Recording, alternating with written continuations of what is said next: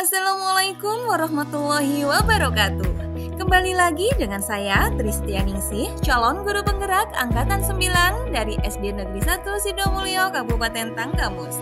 Dalam modul 2.3 ini, kita telah menjelajahi konsep supervisi akademik yang memiliki tujuan utama untuk mengembangkan kompetensi individu dalam tubuh staf pengajar di sekolah.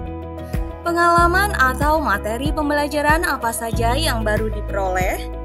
Pendekatan yang digunakan adalah coaching yang memiliki 3 prinsip, yaitu kemitraan, proses kreatif, dan memaksimalkan potensi. Kompetensi inti coaching yang harus dimiliki oleh seorang coach diantaranya adalah kehadiran penuh, mendengarkan aktif, dan yang terakhir adalah mengajukan pertanyaan berbobot.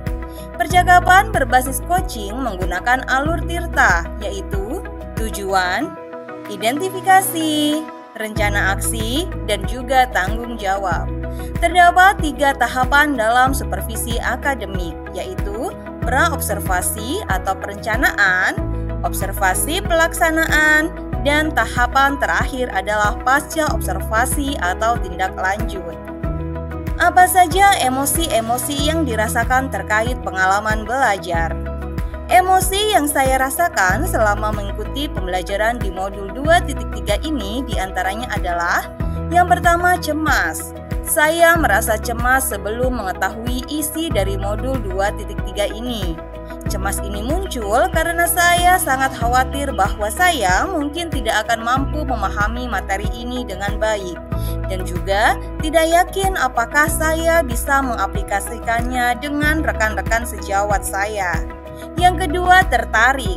Setelah melakukan eksplorasi konsep, minat saya untuk lebih memahami isi dari modul ini mulai tumbuh. Dan yang ketiga adalah gembira. Saya merasa sangat senang sekali ketika saya berhasil melakukan praktik coaching bersama rekan CGP di ruang kolaborasi dan demonstrasi kontekstual. Yang terakhir adalah yang keempat, optimis. Selain gembira, saya juga merasa sangat optimis bahwa saya bisa mengimplementasikannya di sekolah di mana saya bertugas. Apa yang sudah baik berkaitan dengan keterlibatan dirinya dalam proses belajar? Saya sudah mampu berkolaborasi dengan rekan sesama calon guru penggerak saat mempraktikkan proses coaching menggunakan alur tirta dan sesuai dengan prinsip coaching dalam ruang kolaborasi dan demonstrasi kontekstual, baik berperan sebagai coach, coachee maupun sebagai pengamat. Apa yang perlu diperbaiki terkait dengan keterlibatan dirinya dalam proses belajar? Menurut saya, hal yang perlu diperbaiki adalah kemampuan saya dalam mengajukan pertanyaan berbobot agar dapat menggali informasi permasalahan pada diri coachee sehingga dapat menemukan solusi atas permasalahan yang dihadapi oleh coachee. Apa keterkaitan terhadap kompetensi dan kematangan diri pribadi setelah mengikuti modul 2.3 tentang coaching dalam supervisi akademik? Saya telah melihat perkembangan kompetensi saya. Hal ini tercermin dari kemampuan saya dalam menerapkan proses coaching dengan menggunakan alur tirta, baik sebagai coach, coachee, maupun pengamat.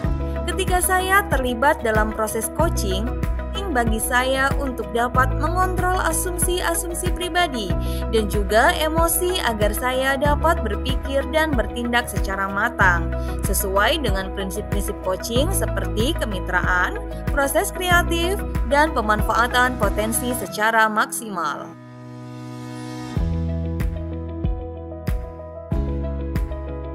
Apa pertanyaan kritis Anda yang berhubungan dengan konsep materi dan menggalinya lebih jauh? Pertanyaan yang muncul yang saya ajukan adalah, bagaimana caranya agar konsep coaching dapat diimplementasikan dalam proses supervisi di lingkungan sekolah? Prinsip coaching dapat diterapkan dengan kondisi bahwa kepala sekolah memiliki pemahaman mengenai coaching dalam konteks supervisi akademik dan bersedia menerapkannya. Kegiatan supervisi tidak seharusnya hanya berfungsi sebagai evaluasi guru, tetapi juga sebagai sarana untuk meningkatkan kompetensi akademik guru. Dalam hal ini, supervisi tidak hanya mencakup pengamatan kelas, melainkan juga melibatkan komunikasi sebelum dan setelah pengamatan. Sebelum pengamatan, kepala sekolah dapat berdiskusi dengan guru mengenai perencanaan pembelajaran yang akan dilakukan. Setelah pengamatan, kepala sekolah memberikan umpan balik dan tindak lanjut terkait pelaksanaan pengamatan di kelas yang telah dilakukan oleh guru. Materi apa yang dipelajari dengan pemikiran pribadi sehingga tergali wawasan baru? Coaching dalam supervisi akademik memiliki dampak positif terhadap perkembangan pemimpin pembelajaran yang berfokus pada kepentingan murid. Keberpihakan pada murid merupakan aspek penting dalam lingkungan sekolah. Untuk mewujudkan pendekatan pembelajaran yang berfokus pada murid ini, guru perlu memiliki kemampuan sebagai pemimpin pembelajaran. Sebagai pemimpin pembelajaran, guru harus memiliki pemahaman yang mendalam tentang perkembangan murid, termasuk aspek kognitif, karakter, dan sosial emosional. Oleh karena itu, tujuan dari coaching dalam supervisi akademik adalah untuk mengembangkan kompetensi guru sehingga kinerja mereka meningkat dan pendekatan pembelajaran yang berfokus pada murid dapat tercapai dengan lebih baik. Apa tantangan yang sesuai dengan konteks asal calon guru penggerak? Tantangan terbesarnya adalah bagaimana caranya mengubah pandangan yang umumnya menganggap supervisi akademik hanya sebagai evaluasi rutin yang dilakukan oleh kepala sekolah terhadap kinerja guru.